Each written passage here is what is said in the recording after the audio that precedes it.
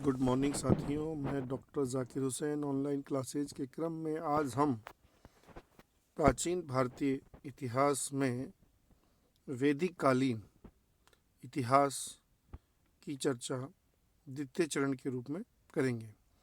साथियों, चूँकि हम दोनों का थोड़ा तुलनात्मक अध्ययन कर रहे हैं, इसलिए ऋग्वेदिक और उत्तरवैदिक कालीन समाज की चर्चा करते हैं। समाज की यदि बात करें हम ऋग्वेदिक काल की, तो वो संयुक्त परिवार प्रणाली पर आधारित एक घुमक्कड़ कबीलाई समाज था, जिसमें परिवार का मुखिया कुलप कहलाता था। यद्यपि पुरुष प्रधान समाज था, लेकिन भारतीय इतिहास के अन्य कालों के सापेक्ष इसकी तुलना की जाए तो महिलाओं की स्थिति बेहतर होने का उल्लेख मिलता है। इस समय महिलाओं हेतु उपनयन संस्कार, जिसे हम शिक्षा प्राप्ति का संस्कार भी बोलते हैं, उसका तथा अपने निकट संबंधियों के साथ विधवा पुनर्विवाह का भी विशेष अधिकार का उल्लेख मिलता है। बाल विवाह, सती प्रथा, पर्दा प्रथा, जौहर प्रथा आदि का साक्ष्य हमें इस समय नहीं मिलता। साथियों, इस समय की प्रमुख विदुषी महिलाएं जो थी, उनमें लोपामुद्रा, घोषा, अपाला, इंद्राणी, विश्ववारा, इसी तरह से इनका हमें उल्लेख मिलता है। लेकिन इस समय महिलाओं हेतु दो अधिकारों का निषेध भी था, जिसमें संपत्ति का और सत्ता प्राप्ति का अधिकार उन्हें नहीं था। यद्यपि ये बहुत ही यूँ मान सकते हैं कि महिलाओं की सबलता के प्रतीक थे, जो उन्हें प्राप्त नहीं थे। इस समय हमें अनुलोम और प्रतिलोम विवाहों का उल्लेख भी मिलता है। यदि अनुलोम प्रतिलोम विवाहों की बात करें तो अनुलोम अपने से निम्न वर्णीय कन्या के साथ विवाह जो होता था उसे अनुलोम, तथा अपने से उच्च वर्णीय कन्या के साथ जो विवाह था वो प्रतिलोम विवाहों की श्रेणी में था। बहुपति और बहुपत्नी प्रथाओं के हमें उल्लेख मिलता है। ऋग्वेद के 10वें मंडल के पुरुष सूक्त में हमें एक ऐसे विराट पुरुष से 4 वर्णों का उल्लेख मिलता है, जिसमें यह माना गया है कि उसके मुख से ब्राह्मण, भुजाओं से क्षत्रिय, उदर अथवा जंघाओं से वैश्य तथा पैर से साथियों हमें शूद्र की उत्पत्ति का उल्लेख मिलता है। ऋग्वेद के आरंभ में यह वर्ण व्यवस्था कर्म पर आधारित थी, और ऋग्वेद के 9वें मंडल में हमें इस वर्ण व्यवस्था के लिए एक ऐसे ऋषि का उल्लेख है जिनके पिता माता अलग अलग वर्णों के थे, और इनके बावजूद भी वो एक ही घर में निवास करते थे, क्योंकि आजीविका अलग अलग वर्णों की भांति कमाने का विशेषाधिकार था। साथियों, दास प्रथा के प्रचलन का हमें इस समय साक्ष्य मिलता है। भारत के मूल निवासियों हेतु इस समय दस्यु शब्द का उल्लेख हुआ है। और यदि हम उत्तर वैदिक काल की बात करें तो कृषि के विकास हो जाने के कारण ये कृषि आधारित स्थायी बस्तियों वाला संयुक्त परिवार प्रणाली से युक्त समाज था, यानी इसका उदय हो गया था। लेकिन घोर पुरुष प्रधान समाज होने के कारण अब महिलाओं की स्थिति में कहीं अधिक गिरावट का उल्लेख हमें मिलने लगता है। साथियों, ऐत्रेय ब्राह्मण ग्रंथ में विश्व के समस्त दुखों की जननी के रूप में महिलाओं का उल्लेख मिलता है, और अब वर्ण व्यवस्था का आधार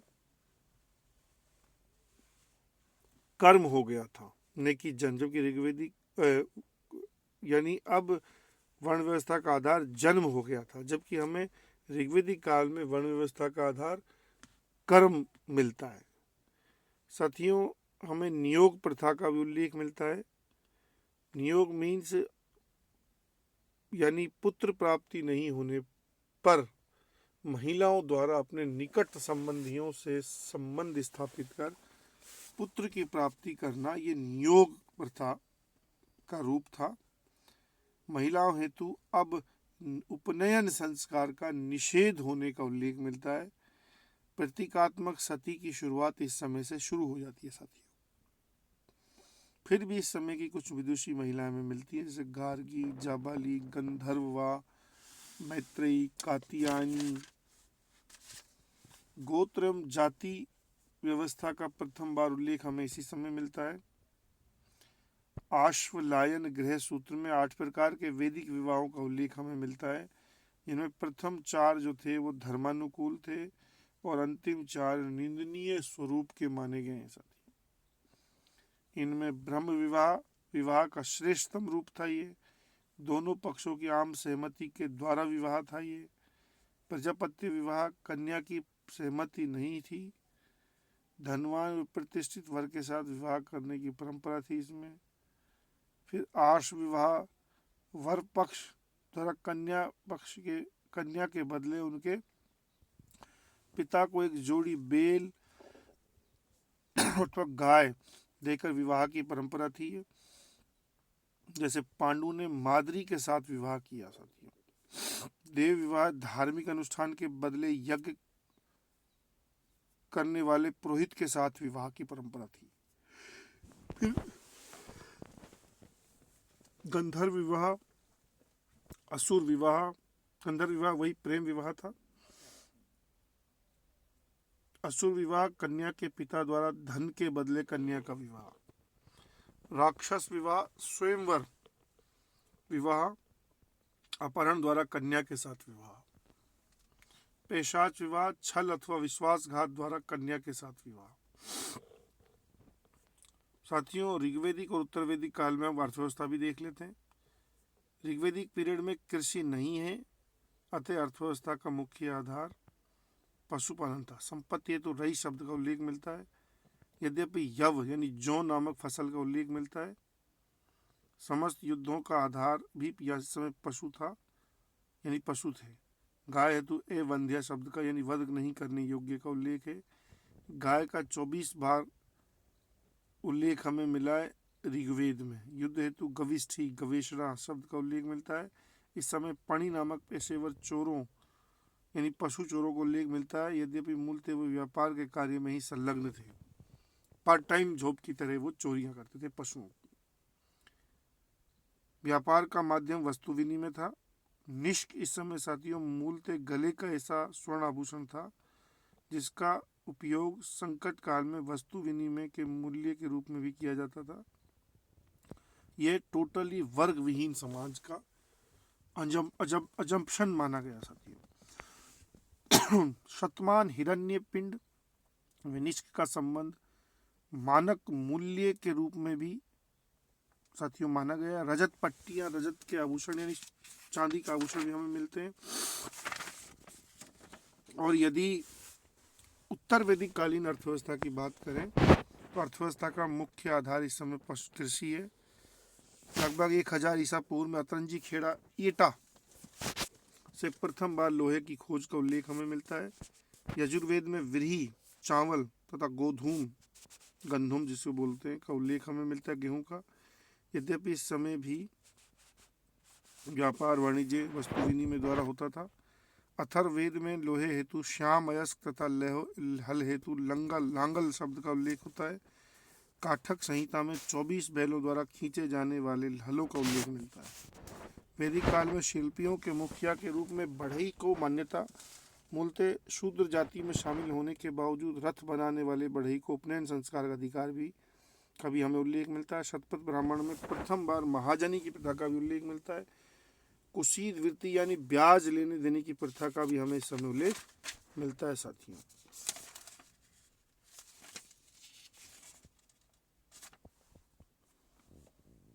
गुप्तचरों हेतु स्पष्ट वहेतु कन्या की विदाई में दिए जाने वाले उपहार अथवा दहेज को बोलते थे। राजनीतिक व्यवस्था की बात करें अगर तो ऋग्वेदिक राजनीतिक व्यवस्था आदिम प्रजातंत्रों की भांति घुमक्कड़ कबीलाई समाज के मुखिया के रूप में है। राजाओं को लेख हमें मिलता है। राजा पर नियंत्रण रखने हेतु 4 वैदिक संस्थाओं को लेख मिलता है। विदत एक संस्था थी जो कबीलाई स्वरूप वाली प्रथम संस्था मानी जाती है। और युद्ध में लूटपाट संबंधी धन का बंटवारा इसी संस्था में होता था। सभा ये कुलीन अथवा बहुजनों वृद्धजनों की संस्था थी। उक्त दोनों संस्थाओं में महिलाओं द्वारा भाग लेने का उल्लेख हमें मिलता है। समिति आधुनिक ग्राम सभाओं की भांति आमजन की संस्था थी। राजा पर सर्वाधिक नियंत्रण इसी संस्था का था। गण अस्थायी सैनिकों की संस्था थी। इस समय शासक के रूप में खर्च हेतु बलि नामक एक स्वैच्छिक कर का उल्लेख हमें मिलता है। शासन की सर्वोच्च इकाई हेतु जन शब्द का उल्लेख मिलता है। ऋग्वेद में सर्वाधिक 275 बार हमें जन शब्द का ही उल्लेख मिलता है। जन का मुखिया राजन, जनस्य गोप्ता अथवा राजा था। उनसे ऊपर की इकाई विश, बल्कि उनसे नीचे की इकाई विश जिसका मुखिया विशपति, और उन सबसे नीचे की इकाई ग्राम जिसका मुखिया ग्रामणी कहलाता था। चूंकि ये लड़ाकू समाज था इसलिए लड़ाकू दल के मुखिया को भी ग्रामणी कहा जाता था। ग्राम शासन की अंतिम इकाई थी, हम समझ गए हैं। अब साथियों इसी तरह उत्तर वैदिक कालीन राजनीति की अगर बात करें तो वंशानुगत राजतंत्रीय व्यवस्थाओं का पहली बार हमें उल्लेख मिलता है। प्रथम बार स्थायी भूभाग का मुखिया अतः और अधिक संसाधनों से युक्त निरंकुश राजतंत्रीय व्यवस्था हो गई थी। यहाँ प्रथम बार राष्ट्र शब्द का उल्लेख भी हमें इसी पीरियड में मिलता है, यानी उत्तर वैदिक काल में। राजा पर नियंत्रण रखने वाली सभा समिति जैसी संस्थाओं का पतन, लेकिन विदत की समाप्ति का उल्लेख हमें पूरी तरह से मिलता है इस समय उत्तर वैदिक काल में। इस समय भी स्थायी सेना का उल्लेख नहीं है। शासन की सर्वोच्च इकाई जनपद है। प्रथम बार यानी उस समय जन और अब जनपद, और बाद में साथियों महाजनपदों का उल्लेख हम देखेंगे। प्रथम बार भाग यानी शेयर नाम से बाध्यकारी कर की वसूली को उल्लेख मिलता है हमें, यानी बलि से आगे निकल गया राजा, क्योंकि अब वंशानुगत निरंकुश राजतंत्र हो गया था वो।